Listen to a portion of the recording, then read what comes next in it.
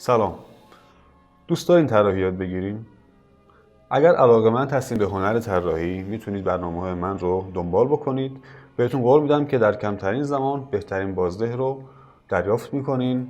در زمان خیلی کمی به چیزی که میخواین میرسین. البته با توجه به اینکه هنر اصولاً و طراحی نیاز به تمرین و پشتکار داره. با من همراه باشین، برنامه‌ها رو با هم دیگر پیش میبریم. امیدوارم که راضی باشین. شروع میکنیم.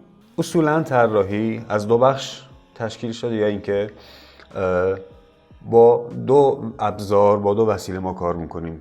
مهمترین و اصلی ترینش خطه، انواع خط، که اگر بخوام این رو هم خیلی خیلی ساده بکنیم و دسته بندی بکنیم، دو قسمت ما خط داریم، دو نوع داریم.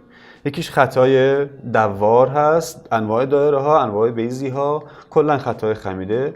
دیگری خطای صاف، راست و زاویه دار. چیزی که ما بیشتر باهاش سر و کار داریم و تو طبیعت، تو بدن انسان و هر چیزی که تو طبیعت هست وجود داره، فرم هایی هستن که فرم های دوار هستن، کروی شکل هستن و میتونیم از اون خطا استفاده بکنیم برای کار. معمولا چیزهایی که سازه دست انسان هست، مثل همین اتاق، مثل میز، صندلی و چیزهای دیگه، اونها از سطوح صاف تشکیل شدن و با خطای صاف و راست و زاویه دار ما میتونیم اینها رو طراحی بکنیم. برای شروع کار از خطای نرم، دایره ها و بیزی ها شروع میکنیم. دقت بکنید و سعی کنید بعداً همراهی بکنید من رو، ادامه بدین کار رو با هم دیگه. خب، این خطایی که من الان میکشم شاید شما تعجب بکنین که چیه این که بچه هم میتونه بکشه، ولی اصلا اینطوری نیست. دنیای بچه ها کاملا فرق داره. ما الان داریم در واقع ابزار کارمون رو تقویت میکنیم. همچنان که توضیح دادم، مهمترین ابزار کار طراحی یکیش خط، یکیش هم سایه روشن. سایه روشن رو ما فعلا باهاش کاری نداریم. اصلی ترین وسیله ما همین خطوطی هست که میبینید. همین وسط کار من چند تا چیز کوچولو هم عرض بکنم. مداد رو اینجوری ما میگیریم. وقتی که داریم مینویسیم اکثرا اینجوری مداد رو میگیریم. وقتی که داریم طراحی میکنیم مداد بیشتر مداد میاد بیرون. انگشتا کاملا مثل کمک فرمان ماشین عمل میکنه، کاملا در حرکت هستن. دست، شونه آزاد. اگر دقت بکنید من دارم تو کل این فضا یک فضای مستطیل رو در نظر گرفتم. تو کل این فضا دارم کار میکنم، تو یک قسمت فقط جمع نمیشم. همین اول بسم الله کار ما داریم با ترکیب بندی کار میکنیم. با کمپوزیسیون ما سر و کار داریم. یعنی تو کل فضایی که ما داریم به یک میزان داریم کار میکنیم. خب، کم کم شروع میکنیم به خطایی که اونها رو تبدیل به دایره کردیم. خطایی که اول میکشیدیم کاملا آزاد، بدون هیچ فکری، بدون هیچ هدف خاص از اینکه تبدیل بشن این خطا به شکل خاصی، داشتیم کار میکنیم. این خطا ولی کاملا ما عمدی داریم دایره میکشیم پشت سر هم، بدون اینکه دست رو از روی کاغذ برداریم، بدون اینکه این قسمت دستمون روی کاغذ باشه. از این جهت من داشتم خط میکشیدم. حالا میتونم جهت رو عوض کنم. اندازه دایره ها رو میتونیم کوچکتر بکنیم، تبدیل به بیزی بکنیم.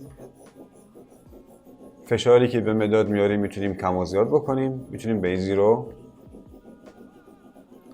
بچرخونیم. البته این کارها در اول شروع کار شما احتمالاً یکم سخته، ولی خب با تمرین همه چیز امکان پذیره. حالا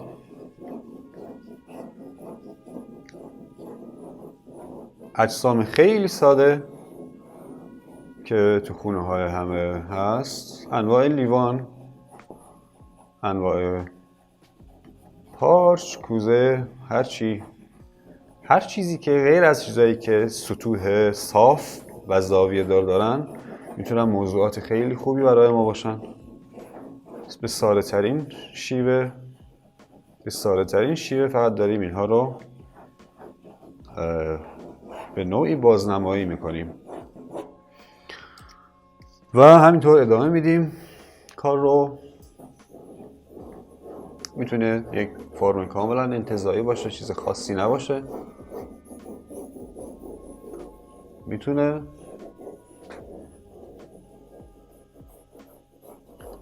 شکل‌های دیگه، شکل‌های شناخته شده که هر روز باهاش سر و کار داریم و از همین خانواده کره، دایره و بیضی تشکیل شده.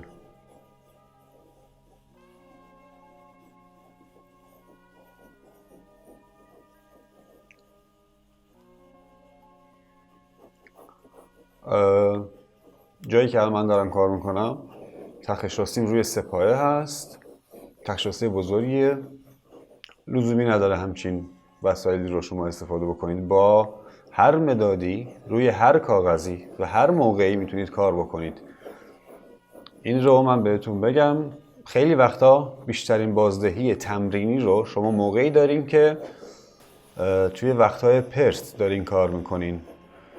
مثلا پیش مهمون نشستین، حوصلتون سر رفته، کلن حوصلتون سر رفته، چه میدونم یک سررسید، مخصوصا هر نوع دفتری دارین، لازم نیست که وسایل خاصی، خیلی وسایل شاقی یا چیز عجیب و غریبی داشته باشین برای طراحی. اصلا با هر چیزی که بنویسه، اصلا نه فقط مداد، با خودکار هم میتونید کار بکنید، مخصوصا برای این تمرین ها.